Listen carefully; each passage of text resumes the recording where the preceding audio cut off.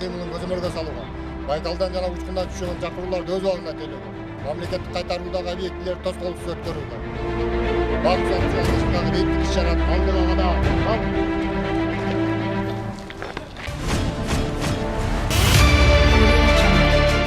Жол кыймылынын коопсуздугун камсыздоо башкы башкармалыгы менен милициянын кайгылуу кызматы биргеликте өткөргөн кезектеги рейд жол эрежесин одоно бузган айдоочуларга каршы өттү.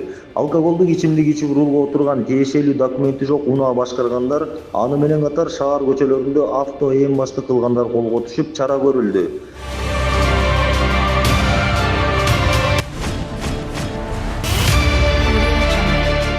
Жол кыймылынын коопсуздугун камсыздоо башкы башкармалыгы милициянын кайгылуу кызматы менен бирге кезектеги рейдин 27 марттан тарта баштады. Адатта дем алыш күндөрү шаар көчөлөрүндө мас болуп алып машина айдаган жарандардын майрам күндөрү саны көп болот. Жол коопсуздук кызматкерлеринин рейди жүрүп жаткан учурда түнкү саат 2-3 чамасында 11-Кичи районунан мас абалдагы жаран машина айдап кеткенин күбөлөр айтып, 102 ыкчам номуруна телефон чалышкан. Ал кызылдай мас болуп алып машина айдап жүргөн. Бул жигит кармалган учурда үйү жакын эле жерде экенин, кыска аралыкка гана айдап чыгам дегенде кайгылуу милициянын кызматкерлерине колго түшүп калганын айтып берди. Нече алдың эле?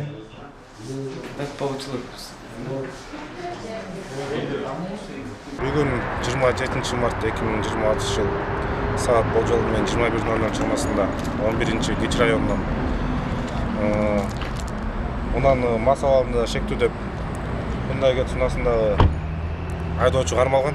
Азыр наркология бөлүмүнө жеткирип, мас болуп унаны башкарганы аныкталды. Мындан ары айып кароого унаасы токтотулат.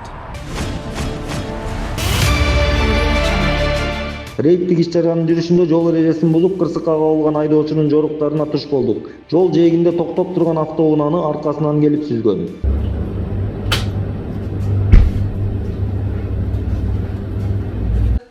Страховой салону гонять. Пьяный, 13 пункт читайте, алкогольное опьянение. Машина жүзіп кетіп қалды ма, страховой істейді сағаттан. Андай іштем. İçe aldın öyle. Андай içtin mi? Айтып атам. Мен азыр көмімде бар, жерде жанымда досым бар. Emniye kaçıp hep gezdiler. Мен страховой істейді екенін білмеймін, қаяқтан білейді. Мен багажнигимдин артында багажникте товарларым бар болчу, оңдоп аткам. Ошо багажник жапкан убакта арттан машина келип, мени кошо бутумду и машинамды сүзүп кетип калды байке. 102-ге чалып, сотрудники ГАИ келишти, оформить этишти. Качып кеткен водительди в нетрезвом состоянии табышып алып келишти.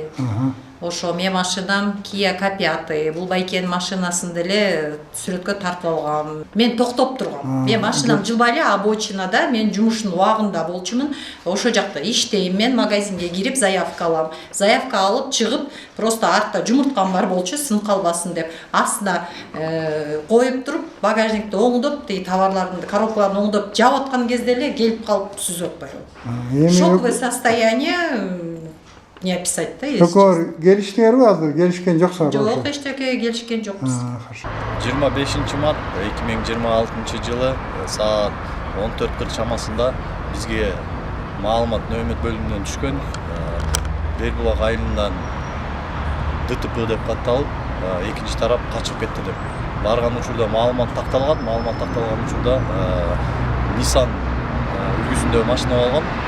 Ыкчам иш-чаранын арасында биз издеп жүрүп, ошо Чокморов айылынан үйүнөн табылып, ошо жерден табып, машинаны автоколоосунун стоянкага токтотулуп, нарколог алып келип, протоколдо түзүлүп берип, азыркы убакта стоянкага коюлуп, ошо чара көрүлдү.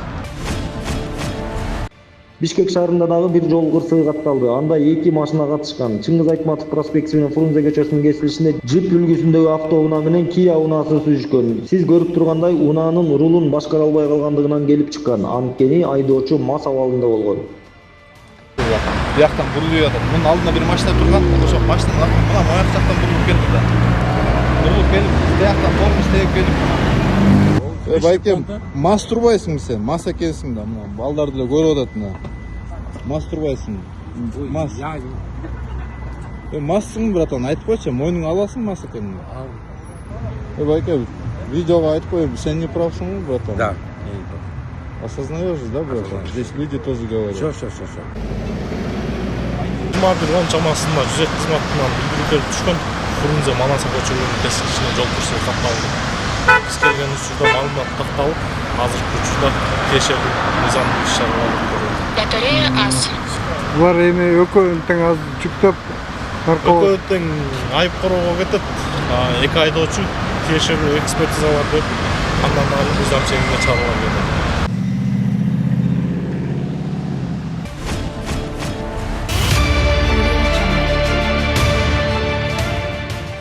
Милициянын кайгылуу кызматы бардык жол кыймылынын катышуучуларын жол эрежелерин так сактоого, өз ара урматтоо менен мамиле кылууга жана өзгөчө адамдар көп жүргөн аймактарда этият болууга чакырат. 2026 жылдын 24 март күнү болжол менен түнкү саат 1-2 чамасында Жибек жолу проспектиси 204 дареги боюнча жөө жүргүнчүнү сүзүү фактысы катталган. Жол кырсыгынын кезепетинен 1995 жылы туулган БК аттуу жаран оор жаракат алып, номер 4 шаардык ооруканага жеткирилип, ооруканага жаткырылган. Жүргүзүлгөн ыкчам издөө иш-чараларынын жүзүшүндө милициянын кайгылуу кызматынын издөө бөлүмүнүн кызматкерлери тарабынан 2026 жылдын 25 март күнү 1998 жылы туулган С уулу А аныкталып кармалган. Кармалган жаран Бишкек шаардык ички иштер башкы башкармалыгынын тергөө кызматына өткөрүлүп берилип, убактылуу кармоочу жайга киргизилген. Аталган факты боюнча тергөө иштери уланууда. Урматтуу айдоочулар жана жөө жүргүнчүлөр, жол кыймылынын эрежелерин так сактоо ар бир жол кыймылынын катышуучусунун милдети. Эң баалуу нерсе бул адам өмүрү. Аны кайтарып берүү мүмкүн эмес, бирок жоопкерчилик жана сактык менен сактап калууга болот.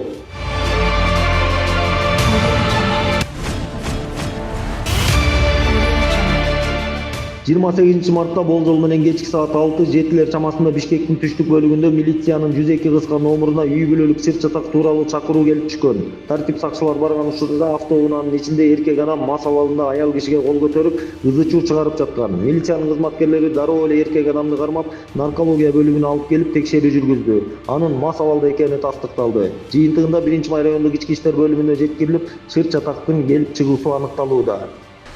Өсүнчө телефон. Айке өзүң шақырып. Жакшынан жүргөн адам тарт. Уят эмес бе? Эмне болду? Үйдөн уруш чыкты. Эмне болду? Сен жок болду. Уруш чыккан жок. Бурайдын мен урушкан эле жокмун? Жок, андай чана милиция. Эшикке чыксам эле. Милиция чыгып коет. Мен мыйзамды сыйрайм. Кыргызстандын мыйзамын сыйрайм, эркеш айтып атам. Мени сыйрагыла. Мен да сыйрайм. Кыргызстандын мыйзамын эсенгини эме кылгыла. Сыйрагыла болду. Жүзек кызматына түшкөн билдирүүнүн негизинде Абдыкадыров Майрамбек аттуу 1987 жылы туулган жаран кармалып, бүгүнкү наркологияны өткөрүлдү. Наркологиянын өткөрүүнүн жыйынтыгы боюнча спирт ичимдиктерди ичкенде аныкталып, азыркы учурда Свердлов районунун ички иштер бөлүмүнө жеткирилүүдө биз тараптан. Интернет булактарында БМВ жана Лада Приора үлгүсүндөгү автоунаалардын айдоочулары жол кыймылынын эрежелерин одон бузуп, авто эң баштык аракеттерди жасап, башка жол кыймылынын катышуучуларына кооптуу жагдайларды жараткан видеосу тараган. Жүргүзүлгөн иш-чаралардын жыйынтыгында Бишкек шаарынын милициянын кайгылуу кызматынын кызматкерлери тарабынан аталган автоунаалар аныкталды. Айдоочулар жашы жете электер экени белгилүү болду. Ушуга байланыштуу алардын ата-энелерине карата тиешелүү укук бузуулар боюнча протоколдор түзүлдү. Урматтуу ата-энелер, учур менен пайдаланып сиздердин баарыңыздарга кайрылам. Автоунааңыздардын күлүштөрүн балдарыңыздарга бербеңиздер.